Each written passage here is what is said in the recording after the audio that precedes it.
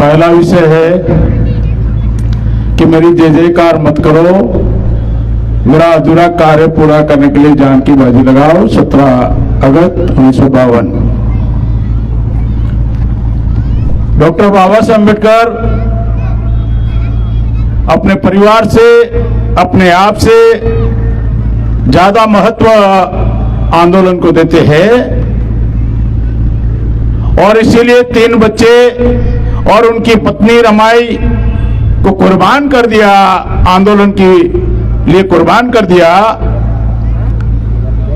और उसके साथ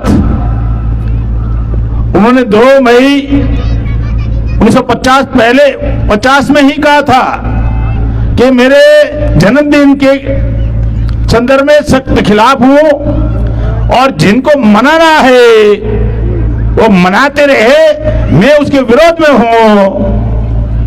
ये 52 से पहले 50 में भी यही बात की। अपना परिवार को दांव पे लगा दिया, अपनी बीवी को दांव पे लगा दिया। आजकल आंदोलन चलाने वाले आंदोलन को ही बीवी आजकल जो परिवार चला, आज आंदोलन चलाने वाले लोग हैं, बीवी के लिए आंदोलन कुर्बान कर देते हैं, बीवी के लिए आंदोलन कुर्बान कर देते हैं। साथियों, मैं कहना चाहता हूं, जिस कांग्रेस ने बाबा साहब की हत्या की, जिस कांग्रेस ने डॉक्टर बाबा साहब की हत्या की, दरवाजे भी बंद थे, खिड़कियां भी बंद थी संविधान सभा में जाने के लिए, उस कांग्रेस को मान्यवर कांशीराम साहब ने खत्म कर दिया था। आजकल कांग्रेस को जिंदा करने में लोग लगे हुए हैं। जल्दी जिंदा हो जाए कांग्रेस, जिंदा होने वाली नहीं है। कुछ भी कर लो। ये जो समय है बहुत भयानक समय है, जिस कांग्रेस ने हमारा संविधान खत्म कर दिया, जिस कांग्रेस ने आरक्षण खत्म कर दिया, जिस कांग्रेस ने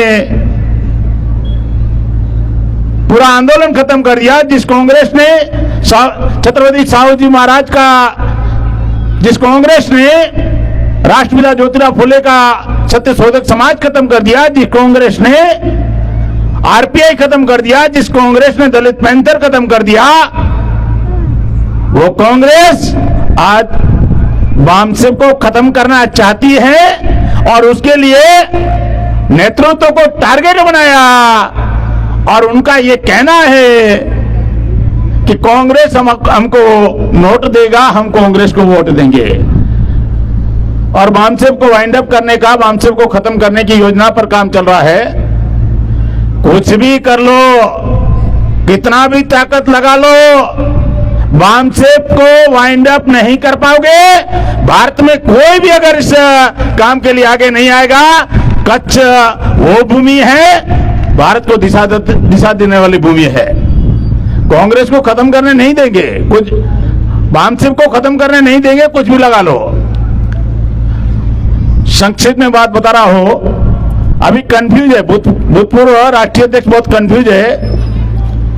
विलास खरात कहते हैं कि कांग्रेस आरएसएस मां है, उसने बाबा साहब की हत्या की।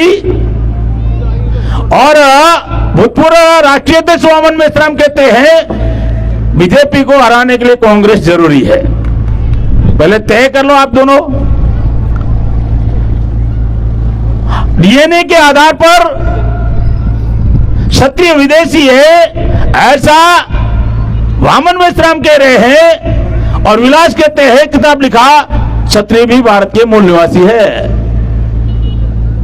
मैं आपको दावे के साथ कहता हूं, 2 साल के अंदर इस विचारधारा में मिलावट हो जाएगी मायावती की तरह। और 2 साल के अंदर अंदर कहेंगे सारे ब्राह्मण विदेशी नहीं है, कुछ मूल निवासी भी है। रास्ता बन रहा है, ध्यान रखना। सारे ब्राह्मण विदेशी नहीं है, क्योंकि डीएनए की थियोरी को वो खत्म करना चाहते हैं, नकारना चाहते हैं। उन्होंने रास्ता तैयार कर लिया है। इस देश में निष्पक्ष चुनाव कभी नहीं रहा, कभी चुनाव निष्पक्ष नहीं रहा।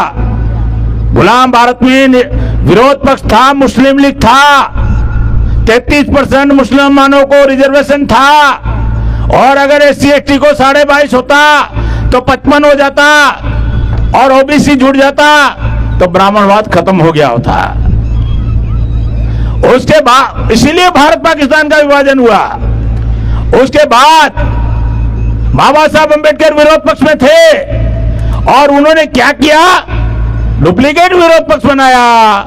10 अक्टूबर 1951 में बाबा साहब ने OBC के लिए इस्तीफा दिया और 21 अक्टूबर 1951 में जनसंघ बनाया। RSS ने डुप्लीकेट विरोध पक्ष तैयार किया और उसके बाद चुनाव जीतने के लिए समय समय पर देश की सेनाओं को भी इस्तेमाल करना शुरू कर दिया। 62 का युद्ध हुआ, 57 चुनाव के बाद 64 से पहले भारत चीन का युद्ध हुआ। 67 का युद्ध जीतने के लिए, चुनाव जीतने के लिए भारत पाकिस्तान का युद्ध हुआ। 65 में 71 का 67 के बाद 5 साल मिला दो 72, तो चुनाव जीतने के लिए बांग्लादेश और भारत का युद्ध हुआ। उसके बाद इमरजेंसी लागू हो गई। उसके बाद 81-84 में खालिस्तान वर्सेस हिंदुस्तान, सवर्णों का मुद्दा चल गया। उसके बाद 99 में कारगिल युद्ध हुआ। उनको लगा कि बार बार हम ये कर रहे हैं, लेकिन लोगों का ध्यान हटाने का काम कर रहे हैं। आजकल पुलवामा हुआ 2019 से पहले, सारा चुनाव जीतने का तंत्र है। EVM होने के बावजूद भी उनको लगता है माहौल कैसे बनाया जाए। इस EVM को जो कंपनियां बना रही है वो भारत सरकार की कंपनियां है। भारत सरकार के इशारे पर बनाएगी, वो जो ऑर्डर दिया जाएगा उसी हिसाब से बनाएगी और EVM में वो घोटाला करे। कम से कम 120 देशों में EVM पाबंदी है, भारत में पाबंदी नहीं है। चुनाव जीतने के लिए तरीका बनाया उन्होंने 1947 में। मैं किसी पद का, प्रधानमंत्री पद हो या राष्ट्रपति पद हो, उसका सम्मान करता हूं, लेकिन जो पार्टियां उनको बना रही है उस संदर्भ में बता रहा हूं। संदर्भ में 47 का भारत पाकिस्तान अलग हुआ तो मुसलमानों की प्रतिक्रिया रोकने के लिए उन्होंने मौलाना अब्दुल कलाम आजाद को राष्ट्रपति बनाया कांग्रेस ने। उसके बाद 64 में नेहरू चले गए। 67 का युद्ध जीतने के लिए लाल बहादुर शास्त्री का इस्तेमाल हुआ। उसके बाद 71 में भारत बांग्लादेश के बाद मुसलमानों का सिंपतिकरण लेने के लिए फखरुद्दीन अली अहमद को राष्ट्रपति बनाया। उसके बाद सिखों का सहानुभूति जीतने के लिए, जब स्वर्ण मंदिर पर हमला हुआ, सिखों की सहानुभूति जीतने के लिए ज्ञानी जैल सिंह को राष्ट्रपति बनाया।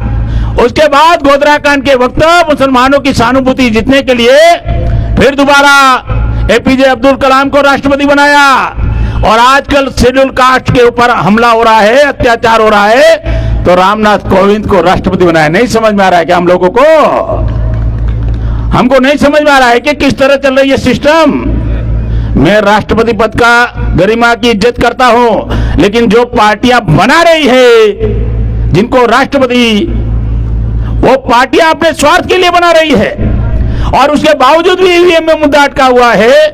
इस EVM के संदर्भ में मैं ज्यादा नहीं बताना चाहता हूं, पहला एक ही बात बताना चाहता हूं। 2004 में, अप्रैल 2004 में चुनाव हुआ, EVM का इस्तेमाल हुआ। उससे पहले 15 सितंबर 2003 में मान्यवर कांशीराम साहब का ब्रेन स्ट्रोक हुआ। अगर वो जिंदा होते 2004 में तो EVM का मुद्दा उठाते, ताकि सक्रिय राजनीति में थे। EVM ने मान्यवर कांशीराम साहब की बलि ले ली। 6 महीने में चुनाव हुआ, उससे पहले उसकी हत्या हो गई। बहुत विस्तार से बताने के लिए बहुत सारी बातें हैं, समय कम है, इसलिए मैं मेरी बात यहीं समाप्त करता हूं। आपने मेरी बात ध्यान से सुना, मैं आपका आभारी हूं और मैं यकीन और विश्वास दिला रहा हूं बामसेफ पूरे भारत में दोगुना गति से फैलेगा। बिल्कुल शेड्यूल कास्ट के क्राइटेरिया से पहली बार बामसेफ को हम लेके जा रहे OBC के अंदर, और OBC का राष्ट्रीय अध्यक्ष हमने बनाया। नहीं तो RPI बन जाती, जैसे आरपीआई के शेड्यूल कास्ट आपस में लड़े हैं, कभी आठवले जी, कभी प्रकाश अंबेडकर, कभी जोगेंद्र कवाड़े, कभी अलग अलग लोग लड़े हैं। तो इधर तो कभी बोरकर, कभी मेश्राम, कभी अलग अलग शेड्यूल कास्ट की बामसेब शेड्यूल कास्ट में ही आपस में लड़े हैं। हमने बामसेब को आरपीआई बनाने से रोक दिया और ये 52% ओबीसी में से कुमार काले जी को राष्ट्रीय अध्यक्ष बनाया। 85 का फॉर्मूला तोड़ना है तो 52 को जोड़ना होगा। इसके तहत हमने रणनीति बनाई और ये रणनीति निश्चित तौर पर कामयाब होगी। इतनी बात कहकर मेरी बात समाप्त करता हूं। आपने मेरी बात ध्यान से सुना, मैं आपका आभारी हूं। धन्यवाद। जय मुला सिंह।